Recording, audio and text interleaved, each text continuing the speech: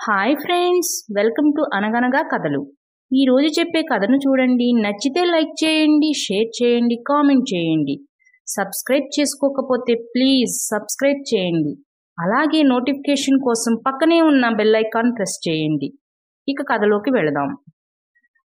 అనగనగా ఒక గ్రామంలో నాగయ్య అనే ఒక రైతు ఉండేవాడు. ఆయన వయస్సు మీద పడడంతో వ్యవసాయం పనులు మానేసి కోళ్ల వ్యాపారం మొదలుపెట్టాడు. ఆయనకి ఊరు బయట కాస్త సొంత స్థలం ఉంది. అందులో కోళ్లను పెంచుతూ అవి పెట్టే గుడ్లను అమ్ముకుంటూ వచ్చిన డబ్బుతో తను తన భార్య బ్రతుకుతూ ఉన్నారు. అయితే నాగయ్యకి వయసు పెరగడంతో పాటు వినికిడి శక్తి కూడా తగ్గిపోయింది. ఎవరైనా గట్టిగా చెప్తే ఆయనకు వినిపించేది కాదు. ఏదైనా చెప్పాలంటే చెవికి దగ్గరగా వచ్చి చిన్నగా చెప్తేనే వినిపించేది. ఆ విషయం ఊళ్ళో అందరికీ తెలుసు. అందుకే ఊరి వారందరూ నాగయ్యతో ఏమైనా చెప్పాలనుకుంటే ఆయన చెవికి దగ్గరగా వెళ్ళి చిన్నగా చెప్పేవారు. అలా నాగయ్య చెమిటితనం ఉన్నా సరే ఎటువంటి ఇబ్బంది లేకుండా జీవితాన్ని లాక్కొస్తున్నాడు. రోజులో ఎక్కువ శాతం కోళ్ల దగ్గరే ఉండేవాడు.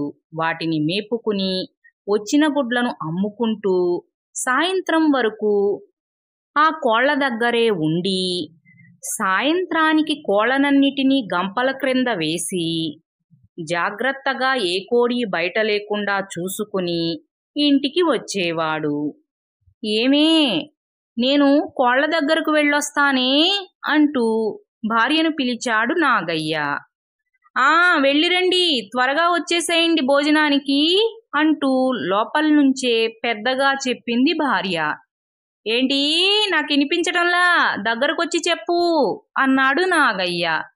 అయ్యో, మీ సంగతి తెలిసి కూడా పెద్దగా అరిచాను చూడండి అని గబగబా దగ్గరకు వచ్చి చెవి దగ్గరగా చిన్నగా చెప్పింది. సర్లే, త్వరగానే వస్తాలే అంటూ కోళ్ల దగ్గరకు బయలుదేరాడు నాగయ్య. వచ్చి రావటమే కోళ్లనన్నిటినీ గంప క్రింద నుంచి బయటకు తోలి వాటికి మేత నీరు పెట్టి ఇక కోడి పిల్లలకు కాపలా కాయటం మొదలుపెట్టాడు. ఈ కోడి పిల్లల్ని ఇంకొక 4 రోజులు జాగ్రత్తగా చూసుకుంటే కాస్త పెరిగిపోతాయి. అప్పుడు ఏ పక్షి వీటిని తినలేదు. అప్పటి వరకు మాత్రం కంటికి రెప్పలాగా చూసుకోవాలి అని అనుకుంటూ ఆ కోడి పిల్లల వెనకే తిరుగుతున్నాడు నాగయ్య. ఇంతలో ఒక విషయం హఠాత్తుగా గుర్తుకు వచ్చి, అయ్యో మర్చిపోయా, కోళ్ల కోసం ధాన్యం మూట తీసుకువచ్చా, దాన్ని ఇక్కడ తీసుకురాకుండా మర్చిపోయా. అదేమైనా ఇంట్లో పెట్టానా అంటే ఇంట్లో కూడా పెట్టలేదు, బయట అరుగు మీద పెట్టాను. రత్తాలన్నా బయటకు వచ్చి చూసి, అయ్యో ఈయన ధాన్యం సంచి ఇక్కడే మర్చిపోయారే అని దాన్ని లోపలన్నా పెట్టిందో లేదో. పెట్టలేదంటే పక్షులన్నీ వచ్చి వాటిని పొడుచుకుని తినేస్తాయి. ఇంటికి వెళ్ళి చూసేసరికి సంచి ఒక్కటే ఉంటుంది. ఎంత నష్టం! గబగబా ఇంటికి వెళ్ళి ఆ సంచి తీసుకొచ్చేస్తే పోలా. వెళ్ళి రావచ్చు గాని అప్పటి వరకు ఈ కోడి పిల్లల్ని ఎవరు చూసుకుంటారు? నేను అటు వెళ్ళంగానే ఏదైనా పక్షి వచ్చి కోడి పిల్లల్ని తినేస్తే ఇది కూడా నష్టమే. అమ్మో వద్దులే, ఈ కోడి పిల్లలన్నిటినీ గంప కింద వేసి వెళదాం. అమ్మో, ఇప్పుడు ఈ పిల్లలన్నిటినీ గంప కింద వేయాలంటే అదొక పెద్ద పని. ఇవి ఒక పట్టాన దొరుకుతాయా? దొరకవే. వీటన్నిటినీ పట్టుకుని గంప కింద వేసే అంత సమయంలో నేను ఇంటికి వెళ్ళి తిరిగి రావచ్చు. కాసేపు ఈ కోడి పిల్లల్ని ఎవరైనా కాపలా కాస్తే బాగుండు అని చుట్టూ చూడసాగాడు నాగయ్య. ఇంతలో ఆ ప్రక్కనే ఉన్న తాటి చెట్టు మీదకి ఒక వ్యక్తి ఎక్కుతూ ఉన్నాడు. ఈయనెవరబ్బా, మనూరాయనలాగా లేడే. సర్లే, ఎవరైతే ఏముందిలే, కాసేపు కాపలా కాసి నా కోడి పిల్లలను చూస్తే చాలు. నేను ఇంటికి వెళ్ళి గబగబా ఆ ధాన్యం మూట తీసుకుని వచ్చేస్తాను. ఊరికే కాపలా కాయమని అడిగితే ఎవరు కాపలా కాయరు గాని ఆ కాలిరిగిన కోడి పెట్టుంది కదా, దాన్ని ఎవ్వరికీ అమ్మలేను, దాన్ని ఎవరూ కొనుక్కోరు. గుడ్లు కూడా పెట్టడం లేదు, దాన్ని మేపటం వృధా.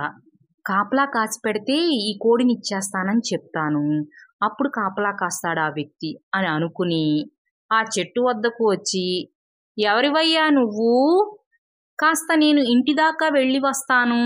అప్పటి వరకు నా కోడి పిల్లల్ని కాపలా కాస్తావా, ఏ పక్షి వచ్చి తినకుండా అని గట్టిగా అరిచి చెప్పాడు నాగయ్య.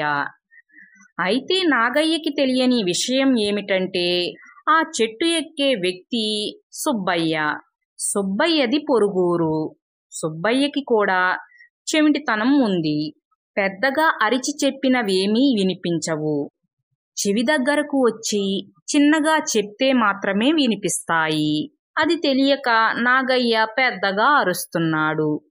అయ్యో, నాకు పెద్దగా అరిచి చెప్తే ఏమీ వినిపించదు. ఆ వ్యక్తి ఏదో నాకు చెప్తున్నాడు. ఏమని చెప్తున్నాడబ్బా? ఏమంటున్నారో నాకు వినిపించటం లేదు అంటూ చేతులు ఊపాడు సుబ్బయ్య. ఆయన చెయ్యూపుతూ ఏమంటున్నాడు అర్థం కావటం లేదు. నేను చూస్తే నాకేంటి అంటున్నాడేమో. నీకు ఒక కోడి పెట్టని ఇస్తాను, ఊరికే ఏమీ చూడొద్దులే. అదిగో ఆ కోడి పెట్ట ఇస్తాను అంటూ కాలు విరిగిన కోడి పెట్టను చూపించాడు నాగయ్య. ఏంటో ఆ కోడి పిల్లల వంక చూపించి చెప్తున్నాడు. అంటే నేను చెట్టెక్కుతున్నాను కదా, తాటికాయలు కోడి పిల్లల మీద పడతాయనేమో, జాగ్రత్తగా కోసుకోమని చెప్తున్నట్టున్నాడు.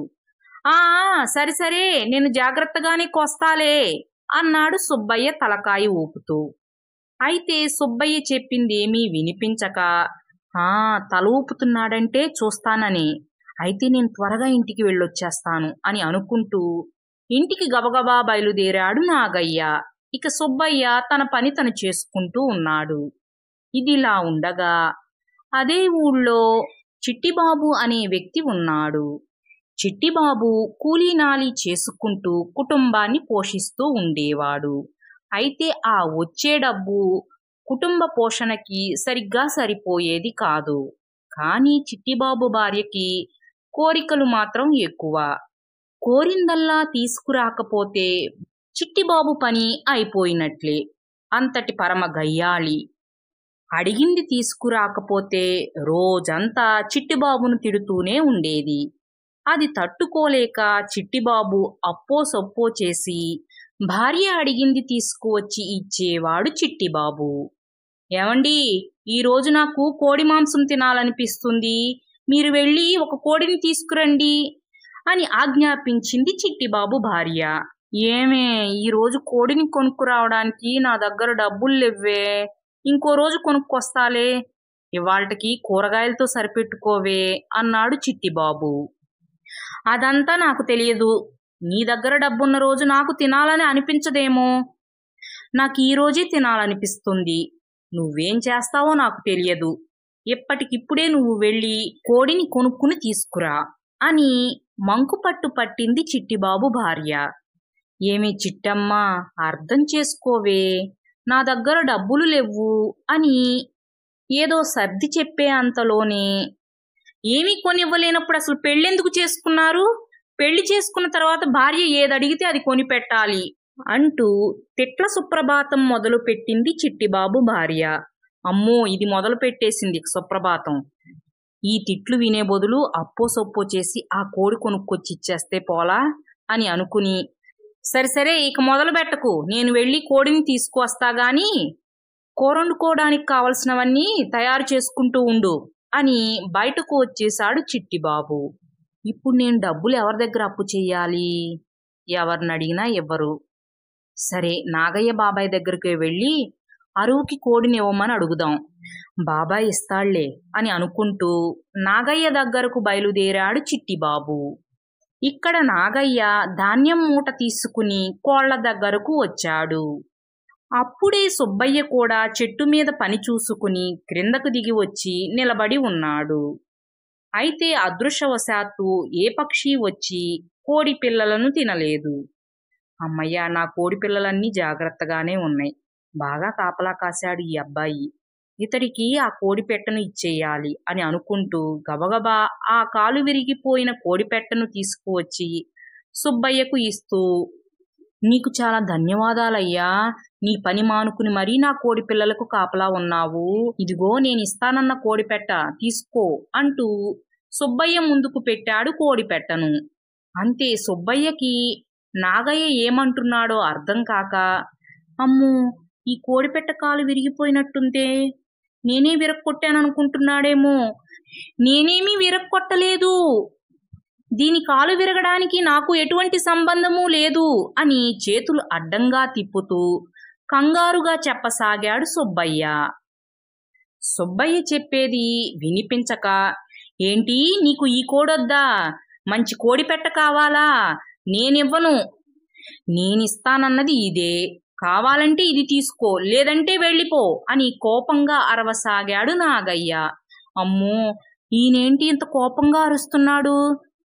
కోడి కాలు విరిగిపోయినందుకు డబ్బులు కట్టమంటున్నట్టున్నాడు. నేను కాదుగా కాలు విరక్కొట్టింది, అలాంటప్పుడు నేనెందుకు కడతాను డబ్బులు అని అనుకుని, నేనేమీ నీ కోడి కాలు విరక్కొట్టలేదు, అలాంటప్పుడు డబ్బులెందుకు కడతాను అని ఇంకాస్త కోపంగా అన్నాడు సుబ్బయ్య. ఏంటి, నీకు ఇంకో కోడి కావాల్సిందేనా? నేనివ్వను. నేనిస్తానన్నది ఈ కోడి పెట్టే. కావాలంటే తీసుకో, లేదంటే వెళ్ళిపో అని నాగయ్య కూడా కోపంగా అరవసాగాడు. అయితే చిట్టిబాబు వీళ్ళిద్దరి వాదనను దూరంగా ఉండి విని, ఓరి, వీళ్ళిద్దరికీ చెవుడే, ఒకళ్ళు చెప్పేది ఒకళ్ళకి అర్థం కావటం లేదు, దీన్ని మనం వాడుకోవాలి అని అనుకుని గబగబా అక్కడికి వచ్చి, ఏం జరిగింది బాబాయ్, ఎందుకు పోట్లాడుకుంటున్నారు అని నాగయ్య చెవిలో చిన్నగా అడిగాడు చిట్టిబాబు. అది కాదురా చిట్టిబాబు అంటూ జరిగిందంతా చెప్పి, ఇప్పుడు చూడు, ఈ కోడి పెట్టొద్దంట, మంచి కోడి పెట్ట కావాలంట, నేనెందుకు ఇస్తాను అన్నాడు నాగయ్య. అయ్యో, నాగయ్య బాబాయ్ ఏమో ఆ వ్యక్తి కోడి పిల్లలకు కాపలా ఉన్నాడు అనుకుంటున్నాడు. అసలు ఆ వ్యక్తి కోడి పిల్లలకు కాపలానే ఉండలేదు. ఈయన చెప్పింది ఆ వ్యక్తికి వినిపించనే లేదు. ఒకరు చెప్పింది ఇంకొకరికి వినిపించక ఏదేదో ఊహించుకుని ఇద్దరూ పోట్లాడుకుంటున్నారు అని మనసులో అనుకుని, బాబాయ్, నువ్వు కంగారు పడకు, నేను ఈ కోడి పెట్టని ఆ వ్యక్తికి ఇచ్చి ఇక్కడి నుంచి పంపించేస్తాను, సరేనా అని చెవిలో చిన్నగా చెప్పి ఆ కోడి పెట్టను తీసుకుని సుబ్బయ్య దగ్గరకు వచ్చి, మన నాగయ్య బాబాయ్కి చెవిలో చిన్నగా చెప్తే వినిపించినట్లే ఈ వ్యక్తికి కూడా వినిపిస్తుందేమో, చెప్పి చూద్దాం అని అనుకుని చెవిలో, ఏమండి, మిమ్మల్ని చూస్తుంటే మీరు చెప్పేదంతా నిజమే అనిపిస్తుంది. మీరేమీ ఈ కోడిపెట్ట కాలు విరక్కొట్టలేదు. కాకపోతే మా బాబాయే ఏదో పొరపాటు పడ్డాడంతే. నేను ఆయనకి సర్ది చెప్తాలే, మీరు కంగారు పడకండి అని చెవిలో చిన్నగా చెప్పాడు చిట్టిబాబు. అవునయ్యా, నువ్వైనా నమ్మావు, నేనేమీ ఈ కోడిపెట్ట కాలు విరక్కొట్టలేదు అన్నాడు సుబ్బయ్య. నాకు తెలుస్తుందిలే, మీరు కంగారు పడకండి, మీరెటువంటి జరిమానా కట్టకుండా ఇక్కడి నుంచి పంపించే బాధ్యత నాది అని మరలా చిన్నగా చెప్పాడు చిట్టిబాబు. ఆ పని చెయ్యి బాబు, నీకు పుణ్యం ఉంటుంది అన్నాడు సుబ్బయ్య. అని సైగ చేసి మరలా నాగయ్య వద్దకు వచ్చి, బాబాయ్, నేనంతా చెప్పాలే, ఆయన సరే అన్నాడు ఈ కోడిపెట్ట తీసుకోవడానికి, నువ్విక కంగారు పడకుండా లోపలికి వెళ్ళిపో అని చెవిలో చిన్నగా చెప్పాడు చిట్టిబాబు. పోన్లేరా, నువ్వు చెప్తేనన్నా విన్నాడు అని అనుకుంటూ లోపలికి వెళ్ళిపోయాడు నాగయ్య.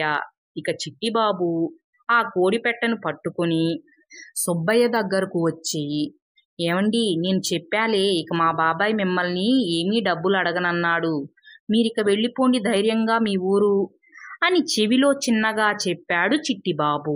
అయ్యా, నీకు చాలా ధన్యవాదాలయ్యా అని చెప్పి తన ఊరు బయలుదేరిపోయాడు సుబ్బయ్య. సుబ్బయ్య వెనకే చిట్టిబాబు కూడా కోడిపెట్టను తీసుకుని ఇంటికి బయలుదేరాడు. సమయానికి చిట్టిబాబు రాబట్టి సరిపోయింది, లేదంటే అమ్మో, నా మంచి కోడిపెట్టను ఇవ్వాల్సి వచ్చేది. ఎలాగోలా విరిగిపోయిన కోడిపెట్టనే అంటగట్టేశాను అని ఆనందపడసాగాడు నాగయ్య. ఆ దేవుడి దయ వల్ల ఈ బాబు నన్ను నమ్మాడు కాబట్టి ఈరోజు నేను జరిమానా కట్టకుండా ఇంటికి వెళుతున్నాను అని ఇక్కడ ఆనందపడసాగాడు సుబ్బయ్య. ఇక చిట్టిబాబు, వీళ్ళిద్దరి చెవిటితనం వల్ల ఈరోజు నేను అప్పు చేయకుండా కోడిపెట్టని ఇంటికి తీసుకువెళుతున్నాను అని ఆనందించాడు. ఫ్రెండ్స్, ఈ కథ మీకు కూడా నచ్చిందనే అనుకుంటున్నాను. Thanks for watching. మరో మంచి కథతో మళ్ళీ కలుద్దాం. అప్పటి వరకు సెలవు. Take care. బాయ్.